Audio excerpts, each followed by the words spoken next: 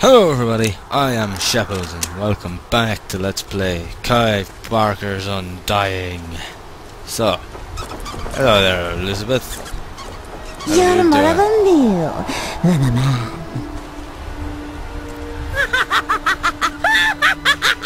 Why thank you. I'm mighty delicious, aren't I? Right, let's keep going. Imagine that, you're more of a meal than a man. Really? I don't know how that works, but sure, I'll go with it. Come on, bitches. Reloading. Alright, and then here? Nope. Okay. Let's just keep moving. I really like this game. Like I was saying, it's just I keep getting distracted whenever I try to talk about a topic. It's a different kind of horror. It's not like in your face, you know, like Doom 3 in your face, or you know, or Dead Space where the monsters can't get enough of the bloody spotlight. It's kind of more unnerving and under your skin, as I was saying. You know, it's jammed. It's a typical Clive Barker kind of horror where it's more sort of I'm gonna get under your skin kind of thing, as opposed to, you know,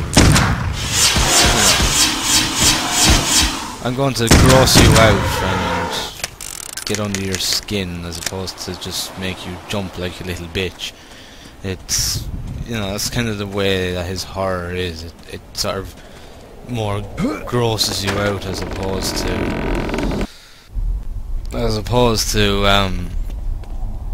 you know, scaring the bejesus out of you. It just, like Hellraiser, for example, was a horror in its own sort of category. It wasn't, you know, super scary or anything like that. It was just really gruesome, and it worked. It really did. Invoke. It was just really gruesome, and you know, it got under your skin because of the gore and that. This spell causes creatures I've just killed to be brought back to life, this time to join my cause. As disturbing as it is to call the dead back, I'm afraid that if the scroll doesn't work correctly, I may be raising these devilish creatures and I'd have to fight them all over again. There is no accounting for what might happen should I attempt to use it on a living organism. Well, I'm not going to use it on a living organism. Right, okay, this bit's a little bit tricky, because I get attacked from all directions with these sods. Ugh.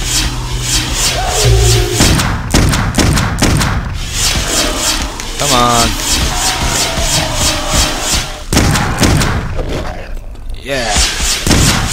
Bring it.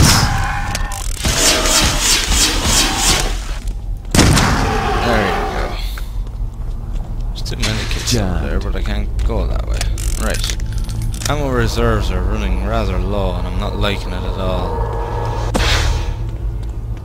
Hey! How's about some... Oof. I didn't literally mean how's about having me for dinner.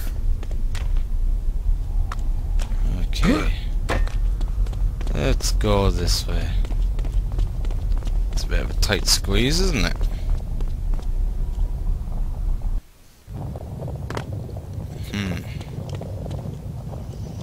It's dark down here.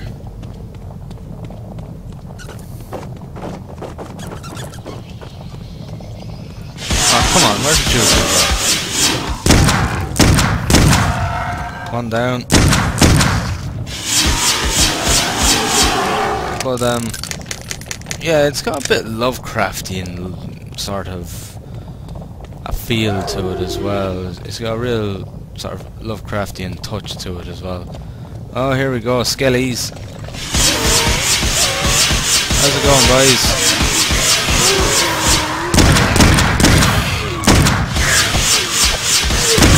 Oh, I remember you. And they're gonna cause problems. because they're gonna keep getting back up again. Like that.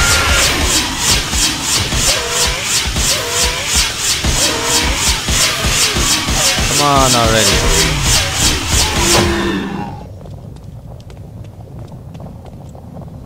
That's where the problem lies with skeletons, they just keep getting back up again. But they do finally go down eventually, but...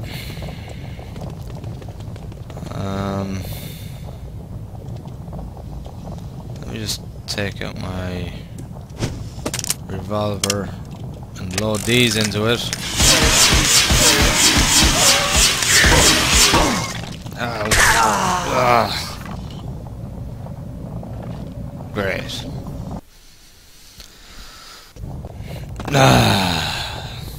These guys are tough. I might have to just do a runner with these because I don't have my shotgun. The shotgun's really effective against them, but without the shotgun I'm at nothing. We'll be coming across plenty more than bastards too. Okay, I just want to switch to that. Unfortunately it takes longer to reload because, you know, silver bullets. They're heavier. So, just gotta be careful how we do this. Right, let's go. I'm not gonna fight them. I'll just knock them down. Like so, and then leg it. Because I really don't want to fight them. I don't want to use up any more ammo than I have to, or any more health packs than I have to. But I assure you, it won't be the last of them that we see.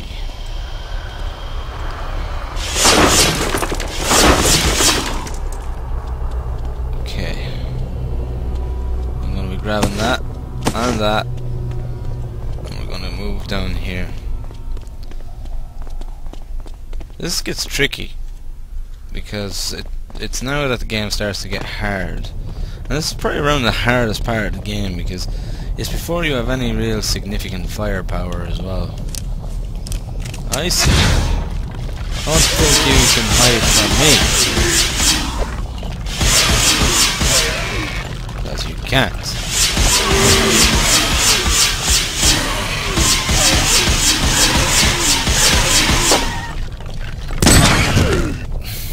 There we go.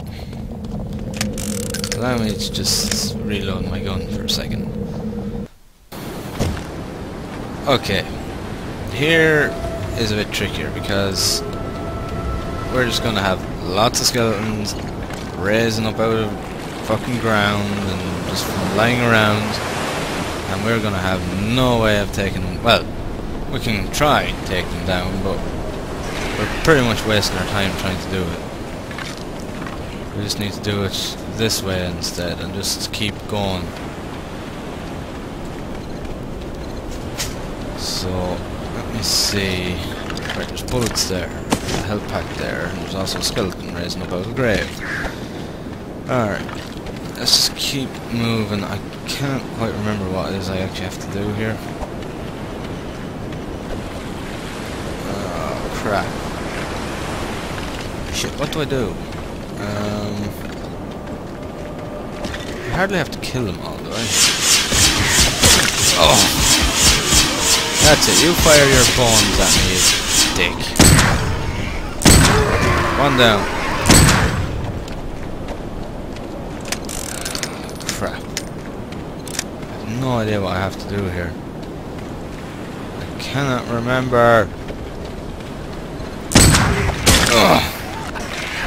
Ugh. That hurt. Oh! Come on!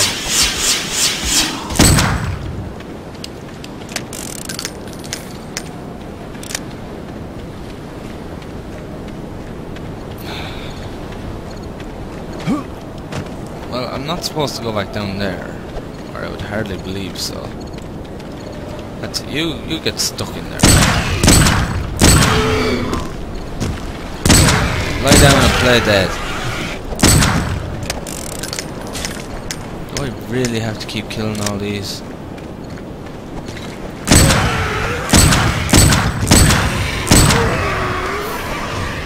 Right, back to normal bullets.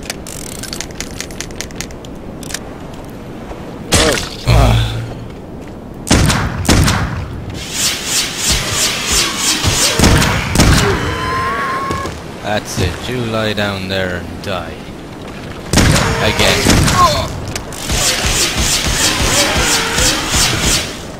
Stop bonking me on the head with your sticks.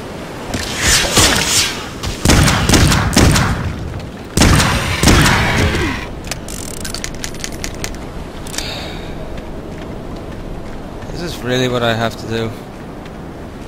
Because I can't remember. I hardly have to get on the boat or something, do I? Ow. Oh.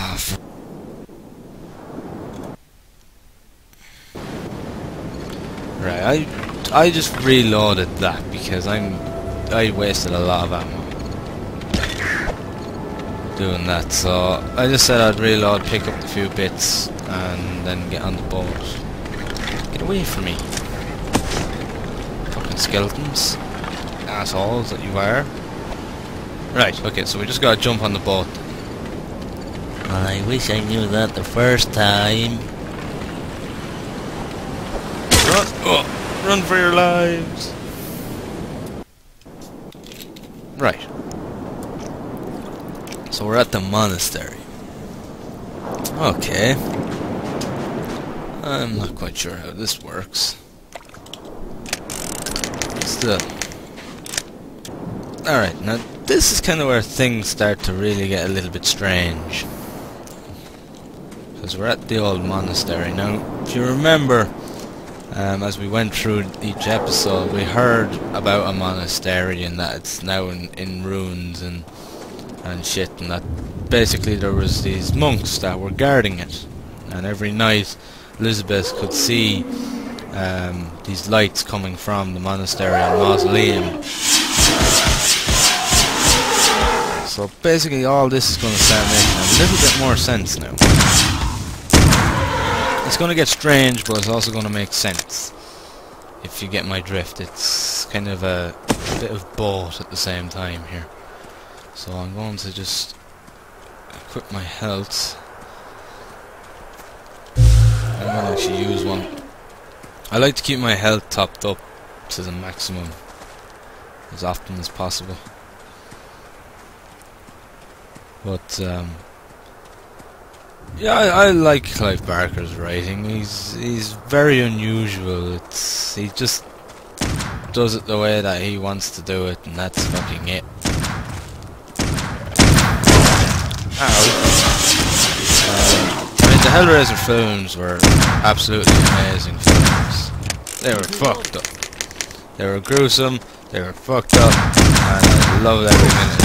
See you in hell. Likewise, bitch. I'll see you in hell is more like it. And it was just... they were really gruesome and really imaginative. Like, I don't think there's anyone else that could have come up with the Cenobites. Need a key. Like, they were just the pinnacle of movie history. They were the Cenobites. They were just really gruesome, fucked up, and at the same time horrific to look at. And I don't know what it was about them, but there's just something very haunting and very disturbing and creepy about the Cenobites, and it's kind of that sort of really shows Clive Barker's imagination, and the fact that he gets you with these shock values, and he gets you with just like, he's just one of these people that you wouldn't want to step into his mind because you'd probably come out scarred for life. I see a shotgun. I want that shotgun. That shotgun's going to be mine.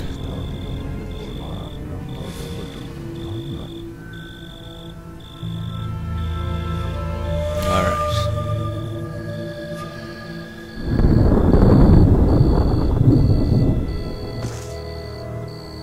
point of that roll, I have no idea.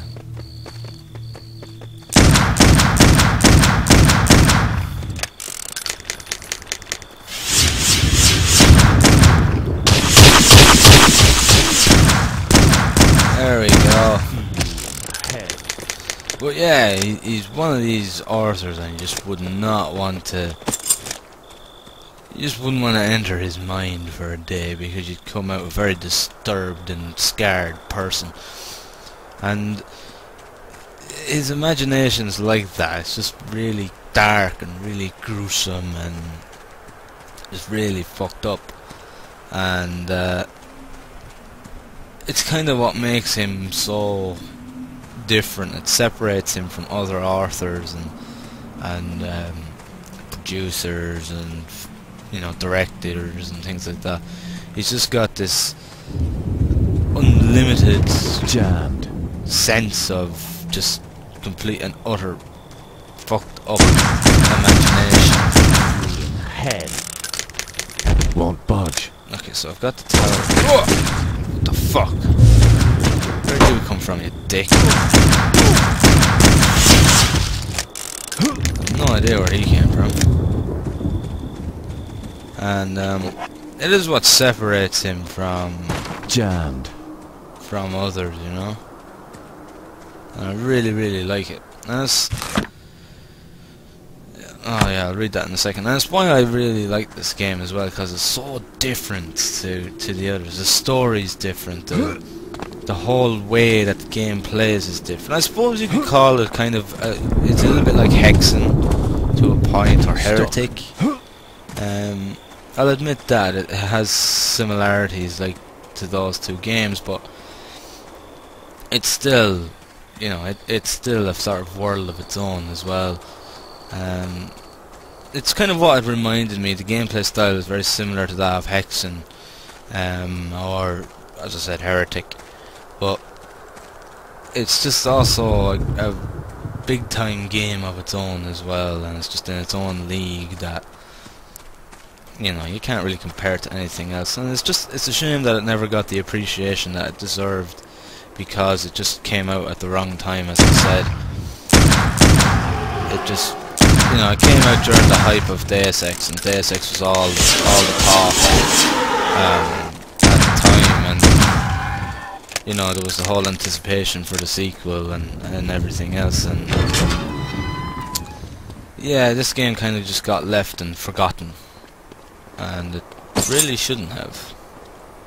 It should have had something more than to just be forgotten like it was. And it's a shame, but it's just the way that the gaming industry goes.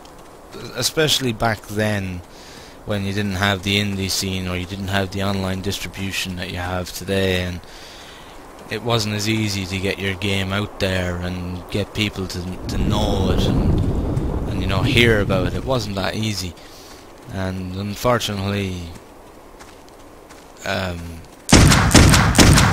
2000 was a big year for games.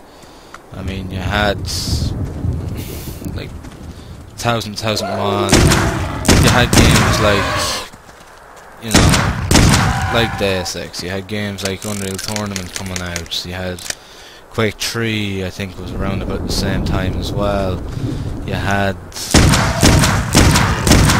you know, there was a lot of really good games coming out between 2000 and 2001, and this one kind of just got buried in amongst it, and it's a shame, because it really is a classic. It really is, and it's one that you'll play again. Because I've literally just been looking for an excuse to play this again, and then I just said, right, I'm gonna do a let's play of it, because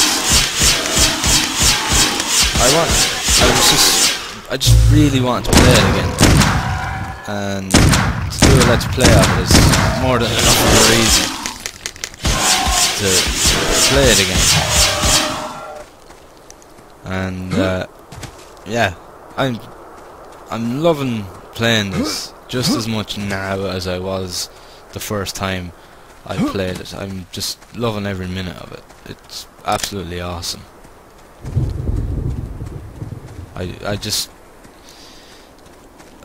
I really wish that more people would have gotten into this game and actually played it at the time.